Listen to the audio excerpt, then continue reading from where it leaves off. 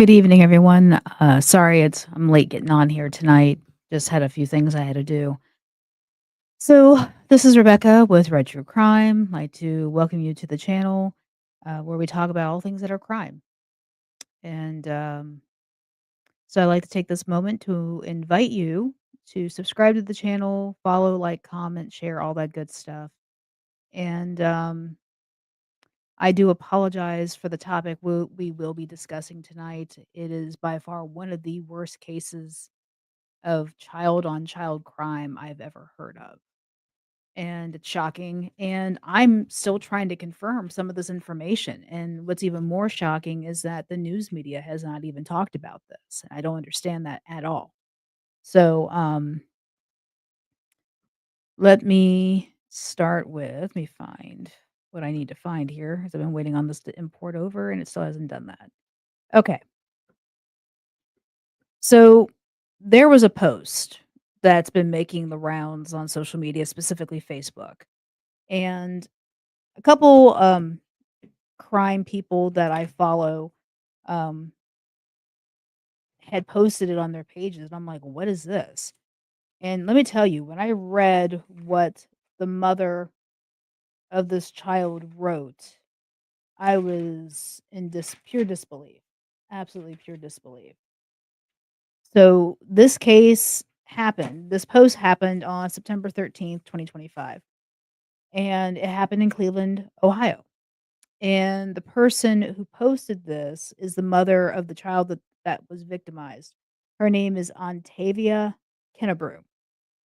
And I've got copies of the post right here. So let me put the first one up and I will read it with you. So on September 13th, 2025, my daughter resided at a trusted family member's residence around the area of 150 45th in St. Clair, where while I underwent a medical procedure. While she was away, I got a see some of this. I got a phone call from my family member stating that my daughter walked out of her house and she couldn't find her anywhere, and that the authorities were contacted. I immediately was filled with panic. I rushed out my house and to arrive at the scene. Soon as I got there, I ran into the EMS truck where I found my daughter unresponsive, body bloody with her hair pulled from her scalp, body covered in bruises, her fingernails filled in dirt, her eyes filled with blood, her neck, everything. As you go on, she talks about how the child's body is just filthy and bloody. She's actually had her hair pulled, like ripped out of her head. Um, she was urinated on. She was sexually assaulted. They had shoved sticks down her throat into her privates. They had bit her. They had beaten her. They had strangled her. And the child was nude when she was found. So when she walked out of the house, this kid ran into 3 kids. They were ages 8, 9, and 10. 2 boys, 1 girl. These 3 children befriended her and lured her away to a field where they attacked her, sexually assaulted her, tried to kill her, and left her for dead. Now, as this post goes on and on about how, what happened and, you know, the more graphic parts of, what had happened. I mean, you see how, her daughter's completely traumatized. The children would not admit what was going on. They lied when they were asked about, where she was, if they had seen her, and they said no. And one of the mothers had, forced them to come over there and tell the truth. So, my main thing is, how on earth did these kids even understand and know to do the things that they did to this kid? Beating her up, smacking her with sticks, okay, that's one thing, but how do they know to do the other things? To input their own body parts into her body, these kind of things. How did they know to do that? You know, um, this child is 5 years old. She's autistic. God only knows what damage they did to her. And, This happened September 13th. This happened almost a month ago, and there's been no story in the Cleveland News, no story nationally, nothing. And none of this makes any damn sense. Now, this next reel I put up, it's going to be a picture of what the child looked like in the hospital, and then there's 2 bottom pictures that show what she actually looked like before the attack. I'm trying to see if I can find I have a single picture of her, before the attack, and it's for whatever reason, it just did not import over on here, and it's very annoying when, technology doesn't wanna cooperate. So, here we go, and Imma warn you, this is very, very disturbing to see. So you see her right there. She's in a neck brace. You can see in this picture here, um, you can see where her scalp has been, hair's been removed down to the scalp. And down here in, this picture here, there she is in her little school uniform and everything, looking like a normal 5-year-old.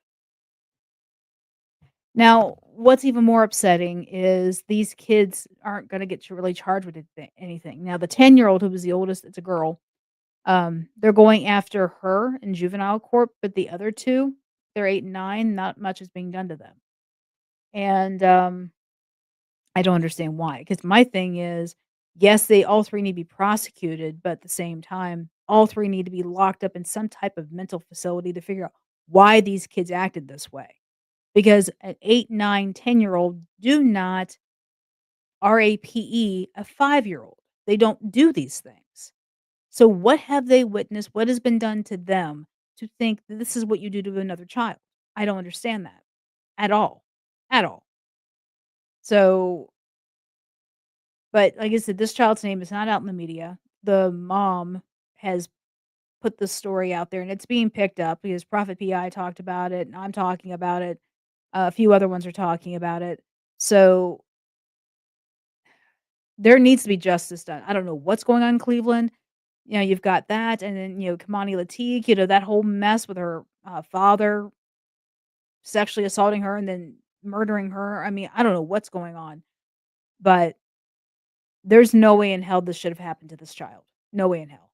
And my thing is, they can go after the parents for this because even though they can't charge the children because of their age, they can criminally charge the parents. And do you think that's fair? Because the parents didn't commit the act, but my question is, what have these kids seen to think that this is okay to do this? So, do you think the parents should be charged with any type of other crime because of what their kids did to this child? She's alive, she is alive, but the psychological trauma alone is gonna jack her up for probably the rest of her life, and she's autistic, so that's gonna be a they're not gonna be able to process this like anybody else. And to be honest, I don't know how any child could process this, what has happened to them. But they held her down and they beat her and they RAPE'd her, and those kids are animals, absolute animals. And I believe they all need to be put in some type of psychiatric facility and evaluated to find out what the heck is going on there. So, but yeah, I'm still waiting to get more details, like name of the child. We've got the mother, but N no other, names whatsoever. And like I said, I am shocked, shocked, shocked, shocked that this is not all over the news in Cleveland. It's not. I mean, I Googled it, I searched it through everything. There's nothing on this case except for what's in social media posts. That's it, and that's a damn shame. So, um,